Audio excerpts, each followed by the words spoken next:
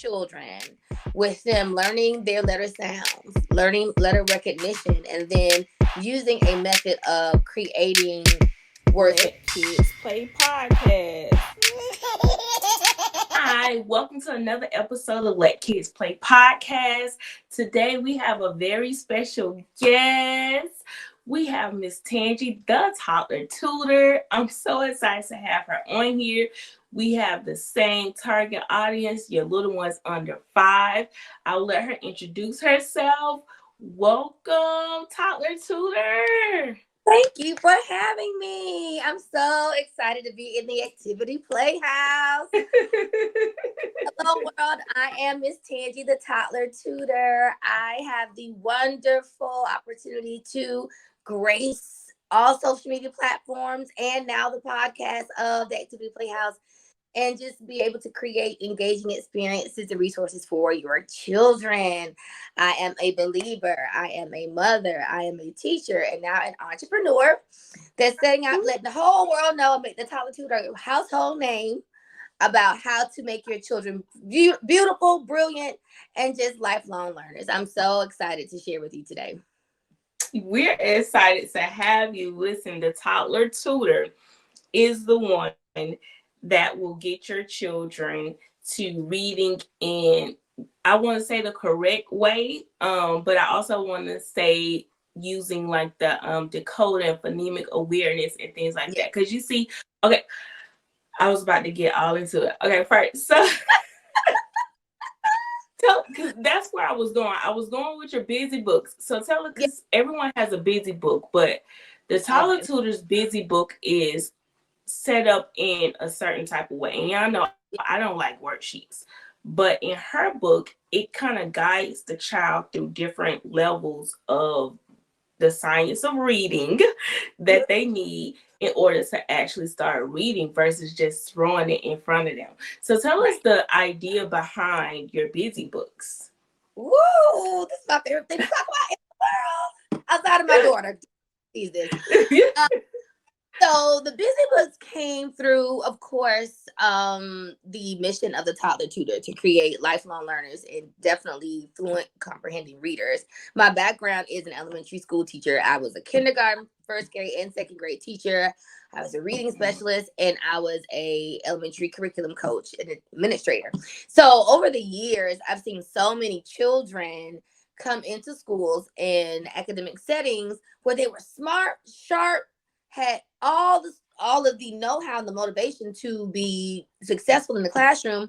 They were just missing skills, and we used to call those skills in the classroom buckets. Like, we need to fill this bucket, we need to fill that bucket. And the cool thing about the science of reading, the newest philosophy in reading right now, is that is explicitly what it does. It looks at where the child needs explicit instruction, and you hit that target and you move them along in the sequence from there.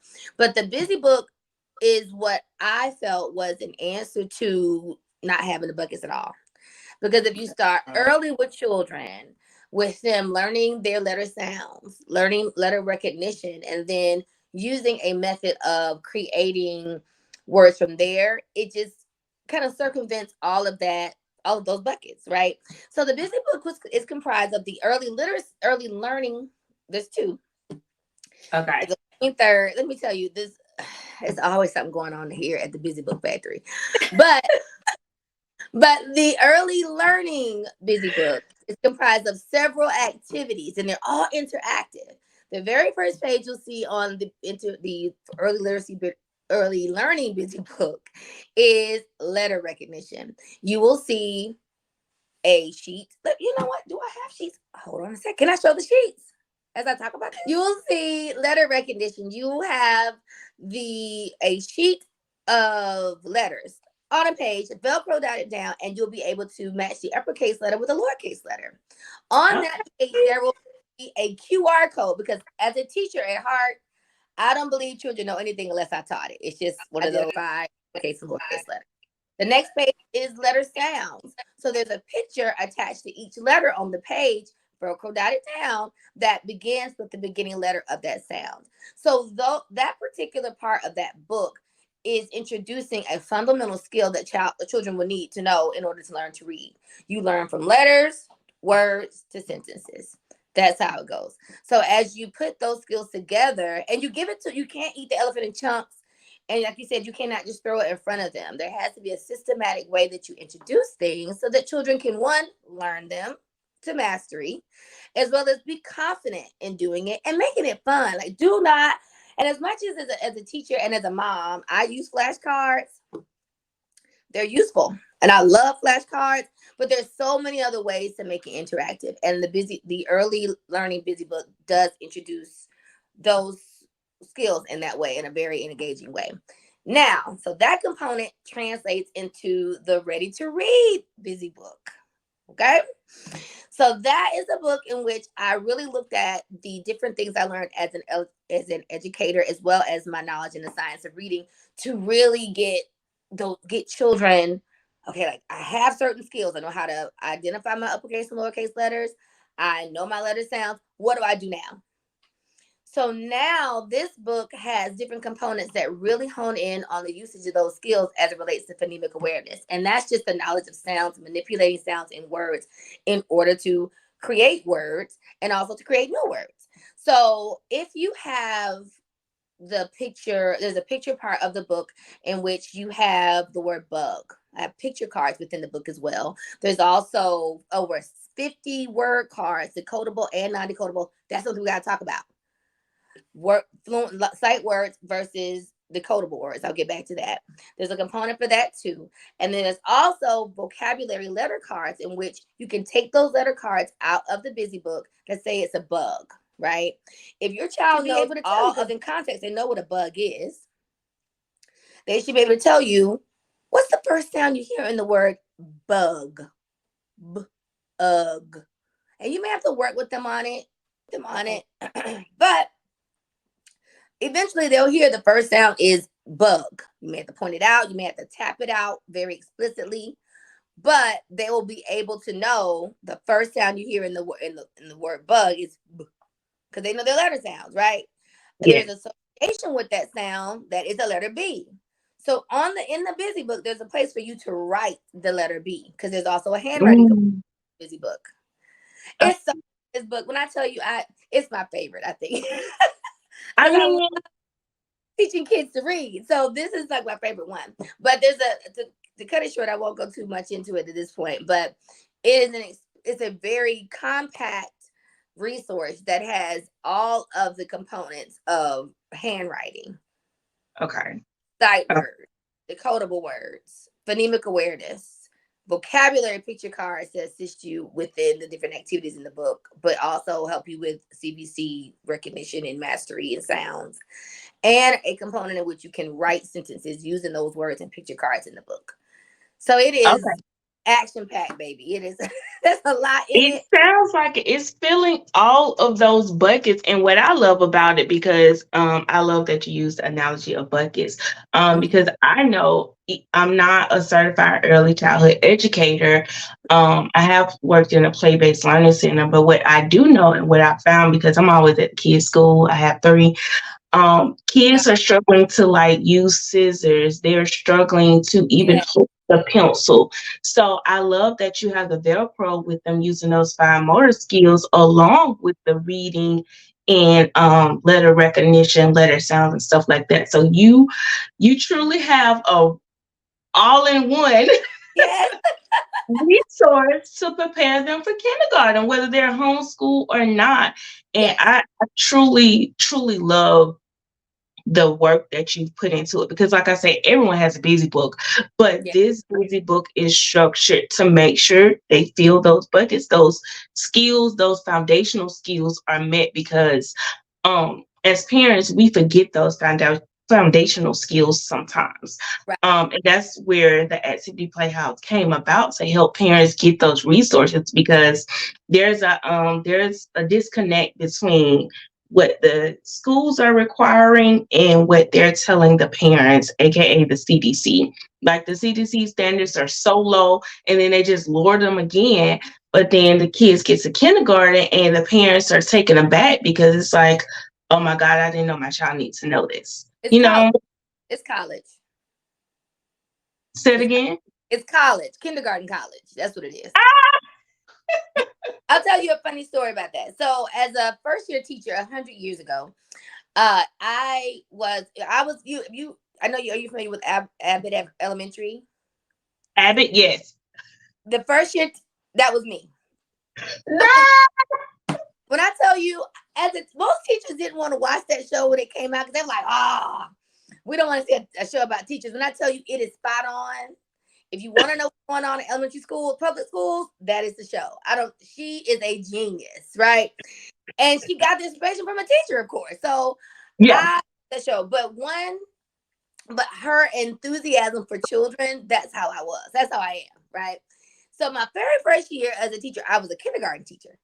And I just thought these were the smartest kids in the world. Like, oh God, you gave me these kids, and So my instructional coach at the time, shout out to Daphne Coleman, because I know I got Daphne. So she came to me with a slip of paper. It's like a stack of paper. She said, Miss Peek, that was my teacher name. Miss Peek, I need you to tell me all the kids that don't know these skills and put them on a list and give it back to me and by Friday. I'm like, well, what is this? Because as a first year teacher, there's a lot you do not know, right? Mm-hmm.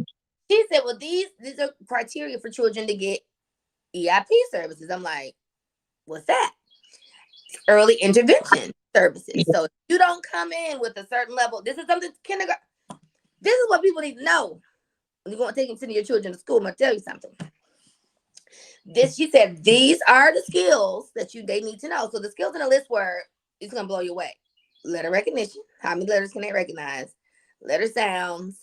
How far can they count for memory? Very, very, very foundational skills. But they're in kindergarten. Yeah. So I'm like, why would I send? Most of them didn't know their letters. Let's say if I had my first year as a kindergarten teacher, I had 27 students. Now imagine that. And with the para, thank God, shout out Miss Green. But there was so much they did not know. And I would have ended up like sending 13 of my students away to another teacher. And as a teacher that was going to save the world, I'm not doing that. Yeah. I'm not doing that. I said, why would I send away to another teacher? And Hold on. So I understand EIP as it's early intervention, but it's also identify them with something else, if I'm not mistaken. So they go into like a program. Okay, so I think you're thinking IEP. Okay. So EIP is a early intervention program. So that's what I'm saying. So let's say that I had those 13 children. Let's say they didn't know 12 of their letter sounds or 20 letters. They would have gone with a teacher that was designated just for filling the buckets, those particular buckets for those children. She would have kind of sped up their progress in learning those things, so she could have brought them back to me and they could have been able to receive great level content. And IEP is where a child has gone through the early intervention program. They're not making any progress. Okay, so there might be some other things at play, and they go through a series of checks and balances and meetings and things like that, and progress checks with the teachers and with the parents. And at the end of that process, which is very lengthy, you would get in. If the child is approved for that, they would go and get an individualized educational plan. So that is something explicitly for that child that might be attached to some kind of delay or a deficiency that the child is diagnosed with at the end of that process. But those are two different things. Those are two different ends of the. So with the EIP process that I was with, I told them I wasn't doing it. I wasn't sending my children with another teacher because I'm their teacher. Yeah. And I wasn't doing it. She was spitfire mad at me. So it's like, I was gonna ask the consequences. And I don't care. I'm like, so I was right. I was their teacher. God sent them to me to be their teacher. I'm not sending them to somebody else. That's what I'm thinking, right? And the principal, she told the principal on me. But she did. And I was fine with it because I just didn't understand why a child that came into kindergarten not knowing things they're supposed to learn in kindergarten had to go to another teacher. So I say to say that to your point, there's so many things that the state is requiring, and this is nationwide, of your children. And if they don't come with a certain knowledge base or prerequisite skills, they're going to be flagged more than likely as being behind. And it's not because they're not able to do it, it's just they haven't been exposed to it. So Yep. the learning tools that I create are meant to give you a head start. It's meant to expose you to the level of efficacy your children should have before they step into a kindergarten or even a preschool setting. And it gives that child confidence. And I mean, it's confidence that you wouldn't even believe. Like the children that came in knowing their letters versus the ones that didn't, they're like, and I loved it because it let me know, these are not only that these are children that's going to do what they're supposed to do in school, but it's children that can then be strong peers to those that didn't skills. But it just gives them a big boost in their confidence and self-assurance and what they know. So it's just Confidence, parents. Confidence is not just about the academics. Exposing them to all of this stuff early and yeah, making them aware of the classroom, it builds their confidence. yes, it does. And they're happy to, and you want to cultivate a child. The only, this is my experience. You cultivate a child that loves to learn by exposing them to learning opportunities. And it's not just in academics, it's about going to the library, it's about taking them to the zoo. Like anytime that, as my daughter, she's 10 now, whenever she was small and she wanted to learn something, we would go to the library and give a ton of books about it. And I don't care, we just sat on the floor and just thumbed through the books, exposing them to opportunities to learn, watching something, watching National Geographic. She wanted to be an astronaut. How many hours did we have to sit with the NASA space station on our TV? But Hold it's just, on, hold on, Miss Tangee. Did you enjoy it, or was it something you just felt like you needed to do because your child was interested in it? I did enjoy it. See, I'm different. She wanted to be an astronaut for like 3 years, baby. She wanted every May Jameson book was in her room. Let me show you this. I can show you this right now. This is how locked in I was on her being an astronaut. Okay, baby, we didn't play. We went to the Space and Rocket Museum in Huntsville because as a parent, I understood that she is not an extension of me. She is her own person. I wanted her to be a ballerina. I did. Because I didn't get to be a ballerina. So Yeah. you're going to be a ballerina. And I thank God for my child. She is very self-aware. I don't want to do that. I'm not a good dancer, mommy. And she's, she didn't get that from me. So she's an artist. So now she draws and she sculpts and she does all these amazing things. And so I have to say, in the process of getting to know her, I have enjoyed exploring her interests with her. And I have invested money and time and Wait, energy. because that's another conversation. So I have a question. What's up? Okay. That invest we remind if I don't come back to that, remind me to come back to that. Oh my God. But I'm gonna invest in my paper. I asked you, did you enjoy it? Because people tend to assume that I enjoy everything that I do with my kids. And it's not necessarily that I enjoy, like, I don't enjoy being outside for 2 hours. I'm just going to be honest. I enjoy Okay. going outside, but I don't enjoy being outside for 2 hours just Right. playing with. Yeah. But it's something that my little one, he's an outside baby. He has a whole construction site in our backyard. So it's something that he needs. Right. So I'm out there, but I don't always enjoy it. Now, my daughter, I enjoy because she likes doing hair and stuff like that. But I don't like playing with Barbies. But that's what she needs Right. for me to play with Barbies because that's pretend play. So that's why I asked, did you enjoy it? Got it. Got it. And I'll add to that too. So right now she's a gamer. Okay. Ah, She loves so she's into what is it called? Toka Boca. She loves designing houses. yes. Roblox. Did you have a 10-year-old? How old are your kids? I have an 11, 7, and 4-year-old, so I know all about the gaming. Listen. So she's into creating on Bloxburg. Okay. I have to watch Alaska Violet a lot. I'm gonna be honest. I don't, but but listen, if I'm going to sit next to my child and be with her, and times I have to sit and watch Last Violet. Now, at the beginning, now, interestingly enough, I've kind of gotten into it. Yeah.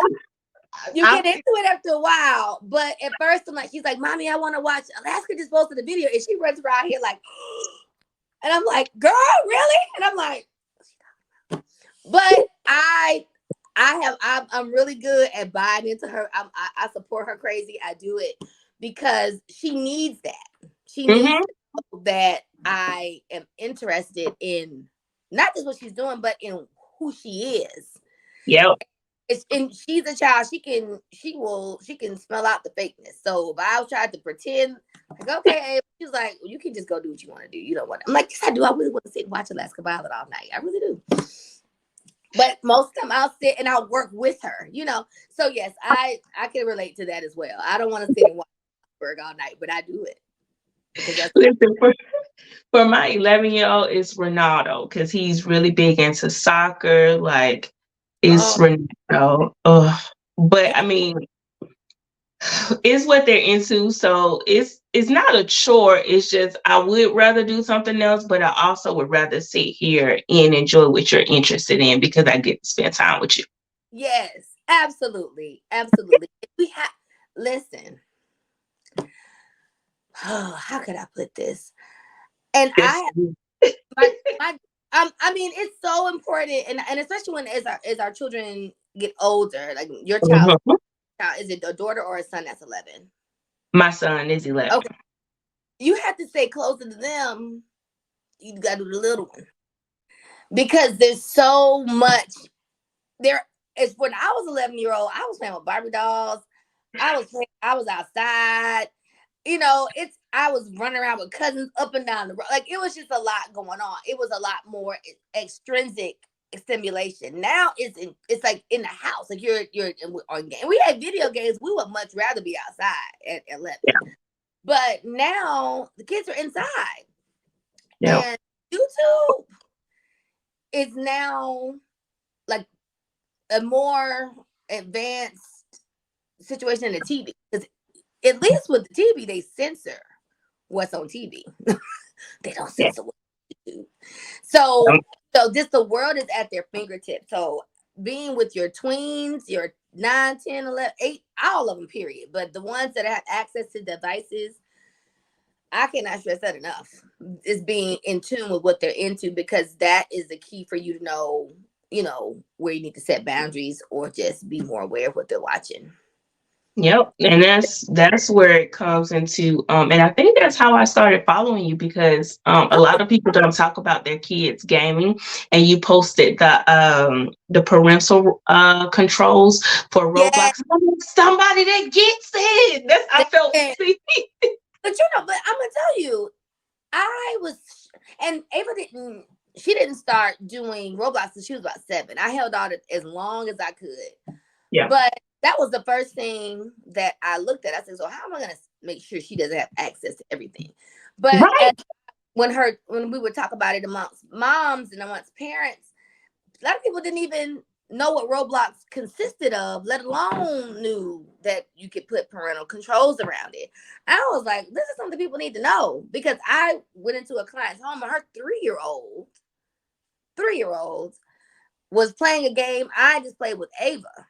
And it was it wasn't graphic, but it was graphic to me for a 3-year-old. Yeah. You know what I mean? And she didn't even know what it was. She thought Roblox was one game. No. It is thousands of games. Thousands, literally. And she was like, what? And I showed her through, and I have an app, Unicorn Mom 0202. That's my name. And I showed her all of the games, and her mouth was on the floor. She had no idea. So there's so much to learn in that space. And that's, again, knowing what your children are into. You just handing them a phone is not going to work.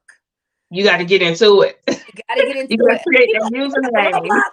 I was like, "I sure do because it's cheat code." I'm like my mama. I work smarter, not harder. I'm gonna do the Jedi mind trick on you.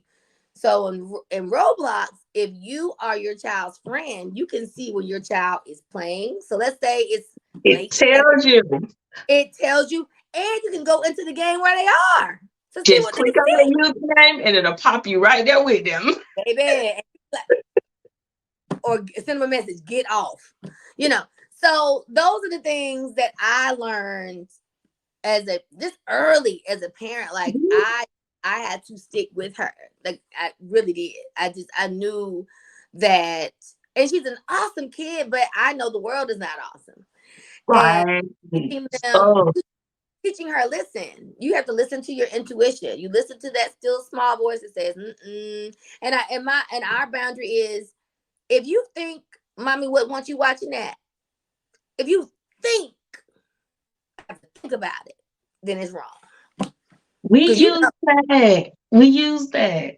yes, you have to give them that thought, like that I call it like a thought starter. If you think I won't like it, you make a decision, you know. So I And definitely encourage we that. we say, is it like, is it inappropriate? So like my 4-year-old, because he hears me talking with my 11-year-old or my 7-year-old, because their parental rights on YouTube, they don't filter them as much. But what I do is I have it signed into a kid account and they can only watch it on TV, so I can hear what they're watching. YouTube is not on their devices. And then Yeah. the gaming, Roblox has so many filters. And then even we have like family links. So regardless of where they are, they can't even access certain like websites and things like that. So there are a ton of parental rights because my household is a gaming household. My husband is a gamer. So Not, I knew when my child became 3 or 4 that I needed to know this stuff and get in tune with this stuff. mm-hmm. But my 4-year-old would say, "Mommy, is this inappropriate?" Period. Period.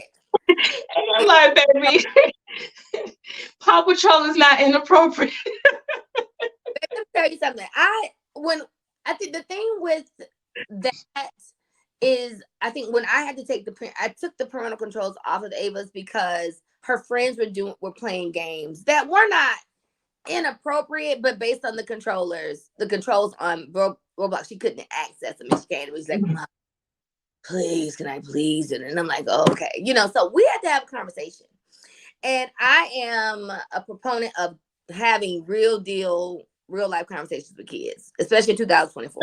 Okay, They're humans. You listen, can't. you have to, because guess what? If you don't teach your child, the world will, and I'm not willing to take that chance. So I sat with her and I said, "Listen to me," because she loved to talk about she have a nightmare or she something in her closet. Listen, sis. I said, you have to be very careful what you allow in your eye gates and your ear gates. I always tell her, what is seen cannot be unseen, and what is heard cannot be unheard. You cannot undo that. Once you allow it into your mind, it is permanent. You can forget about it, it may come to your awareness in the most ridiculous time, or in your subconscious. We have to talk about that. So No. I taught her that early, and I said, you might think you fooling me, but you're not fooling God. Okay, don't play with me. You can play with me all day, but you really can't play with me. But I had to teach her a certain level of trust when it comes Mhm. to that, because I'm not everywhere. And I had to let her know, if you don't take care of your consciousness a certain way, you will be exposing yourself to things that you really don't want to be. And that's when you use that boundary. If my mother wouldn't want me watching this, I need to turn it off. Even if I think it, even a Yep. little bit. Let me go ask her. And she did that. She was coming like, okay, can you look at this and see?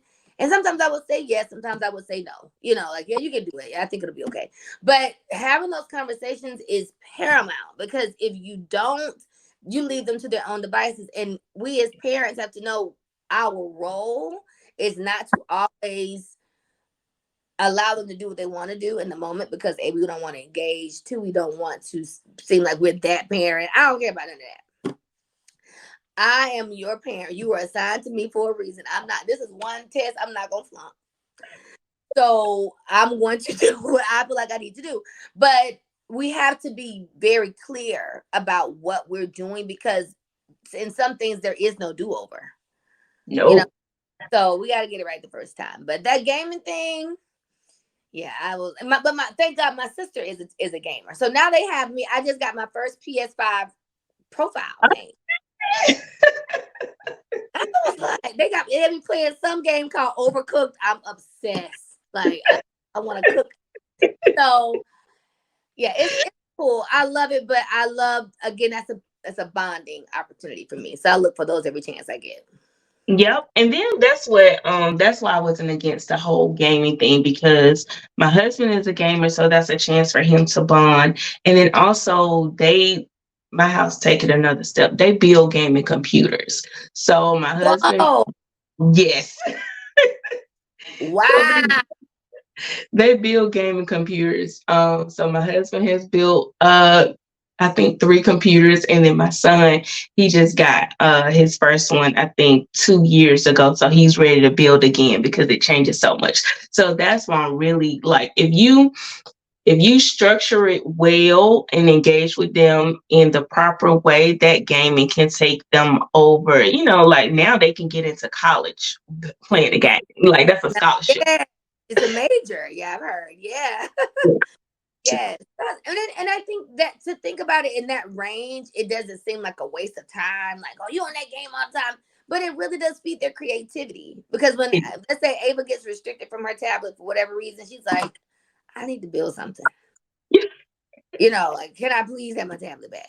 Or she's drawing, but she draws, and she creates, and she makes clothes, she crochets. It's Yes.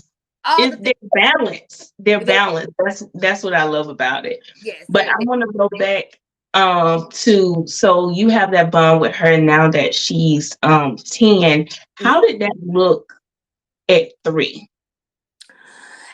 How did it look at 3? That looked like, I was Shimmer and Shine. I was the other playmate. She's an only child right now. So I was I was her friend. I was her playmate. I read to her every night.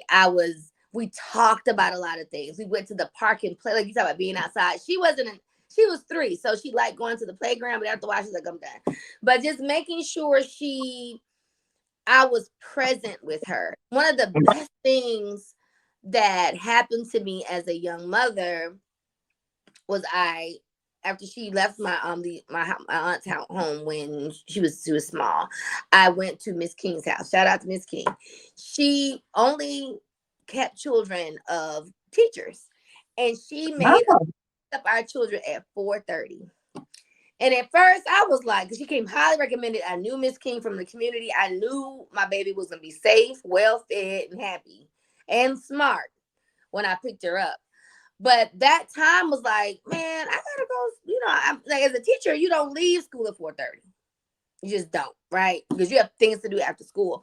But that's what I thought. But when I brought Ava to school after I picked her up one time, and I never did it again. And I structured my life where once school was over, it was over, and I was her mother. I prioritized spending time with her, teaching her, engaging with her, because again, if I'm not going to do it as her mom, who's going to do it? I'm the nurturer. I'm the one that's supposed to be anticipating what she needs in certain ways. I was very present with her. I again invested in her interests. Like, I think that was around the time she was talking about being an astronaut. She wanted to go to Saturn. And I'm like, well, listen, you going to the moon, I'm going to the moon too. I remember her. together. We, she already says I can't go to college with her. I'm like, girl, you better shut up. But I remember her walking out towards the car. We were leaving for school one day, and she was standing there looking up at the moon. And she had the most intense look on her face. She said, I want to go to the moon. I said, you do? She said, yes. I said, well, baby, if you're going to the moon, I'm going to the moon too. We go to the moon. And it seemed like the most feasible thing in the world. But I was just sold out to getting to know her. I really committed myself to learning her and Yes. just wanted to be with her all the time. So that looked like play. Yeah. That looked like that. It looked like a lot of things you do with your kids. Like, her teaching how to fold clothes. I was her teacher. I was her first teacher. Yeah. And that Oh was my God, wait. It came from an educator, y'all. yeah, You are the first teacher. you are. You are. And it's not just the things. You're and I was very intentional because again, I'm my in my professional life, I saw so many children come into my space that were not just inequipped like academically, but socially, emotionally, in their They own. just need a hug sometimes. They've never been Oh, heard. I They've mean, never had someone look down at their eye level to actually look at them. They're taken aback by the simple the things. simple things, and I wanted her to be able to be I want her to be to go anywhere she needed to go and be fine. Like she can go to another planet and it's fine. That was my goal. So I engaged her as though she was a thinking, intelligent, highly aware individual, and I began to teach her things very early about who she was. Mhm. And that made such a difference. Just hearing her walk around and talk about, hey, Miss Ava, and I'm smart, and I'm happy. It was just a part of our life that she knew that she was the best thing smoking. Like, you're the best thing out. You're the best little girl in the whole wide world. Period. There's nothing you can't do. There's nothing you can't do. And children, and that's when you're saying things to them, that's teaching them how you respond to situations. You're teaching them when you are cussing in the car, and I'm guilty. And my child, like, and one thing I am, and another thing you can teach your children. This is big. Has been a game changer for me. And I guess it depends on every child, right? I am not a parent that wants my child to believe I'm perfect. Oh, That is like I don't want. I'm my girl. I make mistakes all the time. I don't know what I'm doing.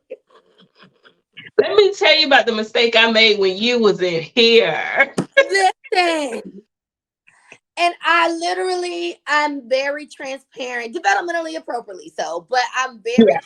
transparent with my child because I need her to know that you can make a mistake and recover. You can make a pivot and be successful. Like I just need her to know, like, throughout the chart of life, I've not always known what to do, but I knew who I was. I went to my source. I pray. She sees all the things that I do and how I coordinate my life. I'm charting a path for her. And I saw a quote on Instagram somewhere that says, every day is just a day to you before a child, you're writing a page in their childhood.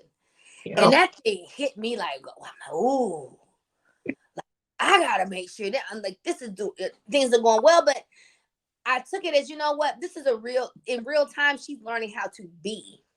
Yeah. I'm just I'm living life, but she's learning how to be. She's And living life. that was and so when it comes, like, let's say my the things that the Lord's working on me with as far as my road rage, and I'm better now. We used to have I'm much better now. But she was the first person, like, she literally, my child's just different. I love her. And then, again, she's like my favorite thing to talk about. I said something in the car one day. She was about 3. As a matter of fact, it's funny you say that age. She said, I'm listening. And I'm like, oh, they so you're teaching them consistently. You're You- teaching them habits. You're teaching them everything. How you talk on the phone to your friends is how they're gonna talk on the phone to their friends. If you and you hear gossip, it early because if your child has a real big imagination like my daughter, you will hear when she's walking around talking to her face off. Let me. I'll be right back. Hold on a second. I gotta turn something off. Hold on a second. But let me All tell right. you. I'm gonna tell you something that it messed me up. It really messed me up. So my daughter has three, like her closest friends she's had since Miss King's house since she was 1 year old. So Okay. they have been friends their entire life, literally. So Beverly has two daughters, Avery and Addison, Okay. and Chloe. And so it's Avery, Addison, Ava, and Chloe. So Okay. Beverly sends us a video of her girls imitating her. And I'm like, I'm scared. I'm like, so Beverly says, get the girls to do this. Ava, I said, your auntie Bev wants you to do something. You want to do it? And I showed it to her. She's like, oh yeah, I want to do it. I recorded that thing doing that. I was like, it was us leaving in the morning. Uh, All right. You have your stuff on. Let's go. Oh my goodness. What are you doing? Okay, listen. I mean, she had me down. And I felt this small, yet I really did. I did. I said,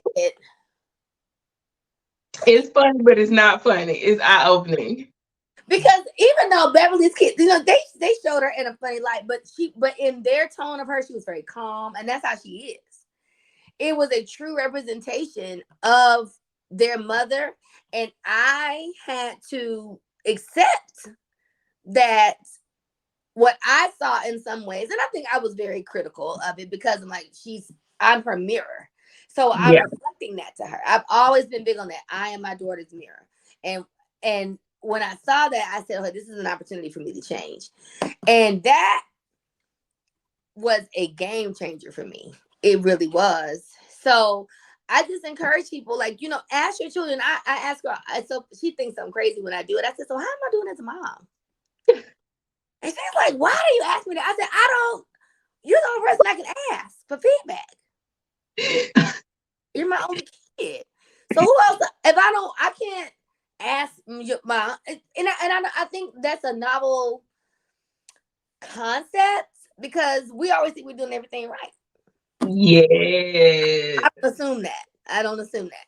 Yeah. So I always ask her, is there something I can do more of? And especially since I've started this business, our life has drastically changed. And just things have gone awry. Some things have gone very, very well. It's just I've had to create a new balance in our life. And I've been very, very intentional about asking, so how, am I spending enough time with you? And one time she told me I wasn't. And she's like, well, when you're in the house, but you're always busy.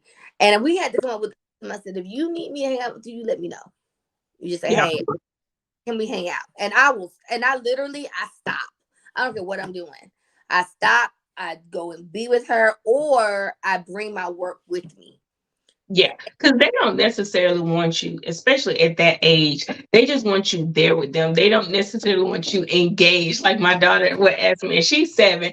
Can you come lay in the bed with me? And I'm thinking she wanted me to put my arm around her. She's like, no, just lay here. I was like, okay, my bad. I just need you here. And Yeah. and as a mom, I keep thinking like a little while, she's not gonna want to be bothered with you as much. Right. So think about that. And just take advantage of each and every day is an opportunity to build their countenance, to build their awareness, to tell them how much you love them. I always ask Ava, did I tell you I love you today? She always says no. I know I tell her I love her every day. And when she gets in the car from school, did I tell you I love you today? She's like, nope. So those are the little things, that I think have made a big difference in just me having a bond with my daughter. And that has folded over into what I like to do on my platform. Just teaching those things, because a lot of times we get so caught up in trying to make sure our children are academically sound and they're so smart. But if your child doesn't know how to resolve an argument, that's a problem. And Yep. they don't know how to feel when they get frustrated, or they don't know how to maneuver through just Their failure. emotion. They don't want to fail. They don't want to get anything wrong. Like something there is an underlining, is an underbelly to that has to be addressed as well. And that's about that's being emotionally intelligent. I think that is a big thing at a And it young. starts before 5. Oh yeah, you have to start building that then. You cannot wait till they get. Please listen. Okay, so we can go on all day with this. I'm telling you, but I I was can see where you're disgusted. going. I was okay. So this had to been. Oh gosh, I was teaching 2017, 2018, 2016, 18ish. Atlanta Public Schools came out with this curriculum called what is it called? Basically, it's Growth this. mindset. What is it? What'd you say? Was it growth mindset? It was something along those lines. It was called Second Steps. Oh, okay. But basically, what it is it's like you said, it's a social emotional curriculum. Okay. I was like, so now I got to teach you how to breathe. But I'm telling you, it was necessary because people are not investing time in their children, teaching them how to maneuver through their emotions. And Yeah. children are coming to school full of trauma and Ooh, constant flight yeah. or flight mode. Like you said, they can't respond to a hug. And I saw that in a difference between when I started in 2007 as an educator versus when let's say to that time, 10 years later. It I, got worse. oh my gosh, yes. Oh my gosh, yes. I mean, in 2007, it was nothing for you to be able to. That was the way I took attendance. You had to sign your name as a kindergarten. We had to sign our name, and you had to give Miss Peek a hug. And that was my post check to see like what kind of morning you had, because you could just tell. When you get to know kids, you just know they bounce in one day and they're walking through drag and they look back. Okay, I gotta love on you a little bit. All right, now you just know. Yeah. But and by 2017, and it depends on the environment. So the schools I taught and were different. It was a lower socioeconomic situation. It was a little bit different, but the children were coming from some really interesting situations, and they were not responsive to a teacher wanting to hug them. That was not the norm. Or even kind words. A compliment. I mean, I can tell you right now, and it's a no lie. God is watching me. I have taught some children I would not know their parent from a can of paint. 180 days their child to school with me. They never met me. And I cannot fathom that, because that is a level of detachment I don't understand when it comes. I'm so sorry. That comes to my daughter. I need to know who she's with every day. Hey, how you doing? If you need me to volunteer in this classroom, or I'll just come up here for lunch, but you're going to see me. Hey, I need a parent teacher conference. It's been about 2 or 3 months since I talked to you. How are you doing? How is my child doing? It's been a minute. What do you need? So You are what for 10 months. you got to, because this is the thing. Because the children need to know that you're invested in them. That's that word again, invest. They act different. They act different. If you know, like Ava knows, I will roll up there on her. She already knows. Good or bad, I'm coming. Good or bad.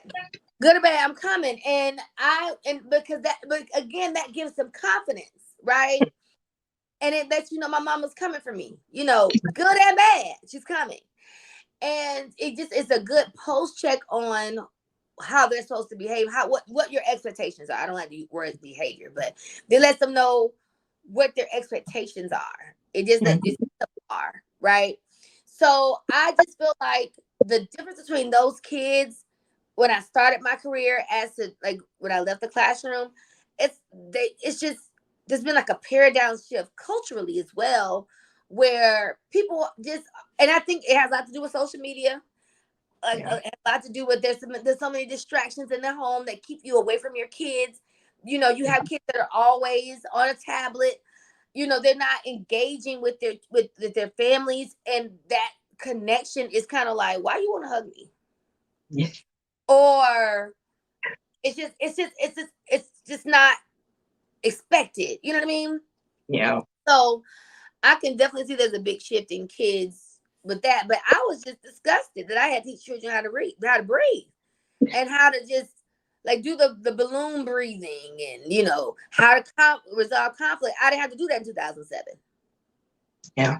Kids teach And children how to get along, but that's not not on you having 27 kids in the classroom, already having to teach them so many things in a short amount of time. oh yeah. um which is why a lot of teachers are leaving the classroom now, because it's just Ooh. too much. Like, you can't be the parent and the teacher and the therapist and and the nurse. And the minister and all the exorcist, all that stuff. Okay, because That's a lot. it's a 27 kids. lot. And that's why teaching is a calling. It is not something you walk into because you like kids. I always tell people, you know, my first school uniform was like a navy blue shirt and khaki pants. So whenever I went to Walmart, people thought that I worked there, right? So, but then they was finding I would able to see my tag and say I was a teacher. And every now and then, someone would say, "Oh, I want to be a teacher," and I would say, "Well, why?"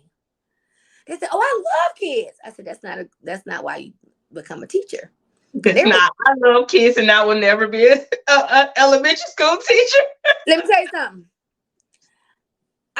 They said, "Why?" I said, "Because you're gonna have to teach some kids you don't love, okay? And they're gonna come to your class for 180 days. Those children are never absent, baby. They don't never get sick. I don't care how cold it is outside. They come into your class with no coat on. Well, okay? So you're gonna have to teach that child for 180 days. What are you gonna do?" And they Yep. would just look at me like, "You don't think about that." And you don't think about it until you get into the classroom. I Yeah. love teaching. I loved the process of teaching children. So even when I had to, and I'm gonna tell you something else, and I don't know if this will make the Instagram or whatever. Let me tell you something. Teachers, how can I put this? Well, it's palatable because I know my mouth. Well, they say, okay, when parents say, "You know what, you don't have to like me. I'm your parent. I'm not, you're not gonna like me all the time. If you like me all the time, I'm not doing my job." You ever said that to your kids or something like that? Something similar, yeah. You don't like my decision, but it's as you shouldn't like all of my decisions. Right. Guess what? Teachers feel the same way. I'm not, I'm there. And this is the thing. Children do not learn from teachers they don't like. That's something They people do not. don't. They They do not don't. learn from people they don't like. They don't learn from people they don't like looking at. Their ears don't work. Their It's ears not don't work.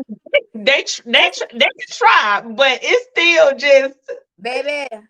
They literally do not learn from people they don't like and they don't like looking at. So teachers, I know it's a lot. Comb your hair. Well, don't do what you need to do. Like I used to wear, my red lipstick. Children, even now, even somebody will say, "Are you sick?" wear your red lipstick. I don't have my red lipstick on. One of my old clients was like, she didn't like the pink lipstick. She loves the red.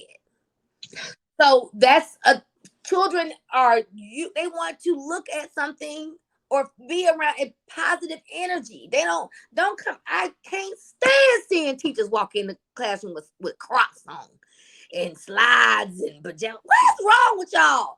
You are a professional. You are a person that is going to dispense knowledge. Look like it.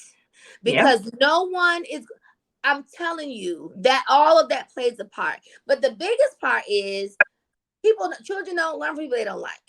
So, and they don't have to, and all teachers don't have to love your children. They have to teach them. Okay. So what they have to do is not mistreat your child, They have to respect your child and they have to teach your child, because some of your children are not likable because you're not sending them to school respectful and teachable. So let's just be clear. Like, the pendulum goes both ways. Everybody has a job to do, but the big part about it is don't be honest about who you're sending to your school, into school. Be honest with yourself. Am I, as a parent, sending my child at their very best to school every day? Are they happy? Or is their belly fed? Have I fed them emotionally? Have I spoke words of affirmation over my children? Have I prayed with my child? Have I told them how great they are? If you are not feeding positivity to your child every day, you're going to get what you get out. And that doesn't always spew out on you, because they're with the teacher 8 hours a day. They're not with you. Yep. So not only the teacher, their peers get that as well. Yes. And then,